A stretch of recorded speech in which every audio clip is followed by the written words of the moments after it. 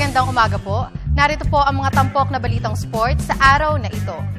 Matapos ang naging panalo ng San Mig Coffee Mixers laban sa Ginebra Gin Kings noong Sabado sa PBA Semifinals, ngayong araw ay gaganapin na ang pinakaabangang Game 6 ng Best of 7 Series ng dalawang koponan.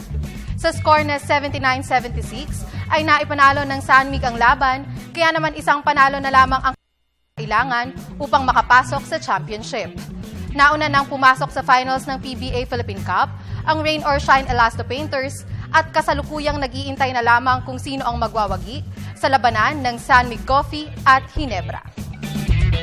Balik bansa naman si dating 8th Division World Champion Manny Pacquiao matapos ang matagumpay nilang promotional tour para sa nalalapit nilang rematch ni WBO welterweight champion Timothy Bradley Jr.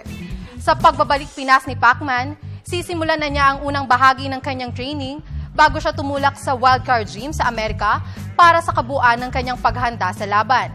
Samantala, nagbabala naman si Pacquiao kontra kay Bradley. Ayon sa pambansang kamao, kanyang patutunayan na nanumbalik na ang dati niyang lakas at hindi pa nawawala ang kanyang killer instinct. Magaganap naman ang Pacquiao-Bradley rematch sa April 13 sa MGM Grand Garden Arena sa Las Vegas, Nevada.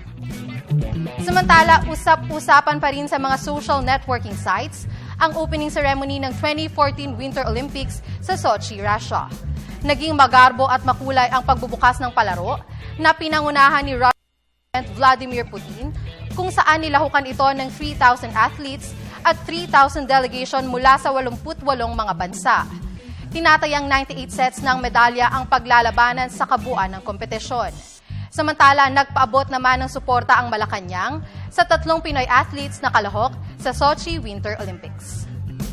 At yan po ang mga tampok na balitang sports ngayong umaga. Ako po si Hazel Anselubon para sa Good Morning Post. Balik sa inyo, Jules and Sandro. Maraming salamat sa Hazel.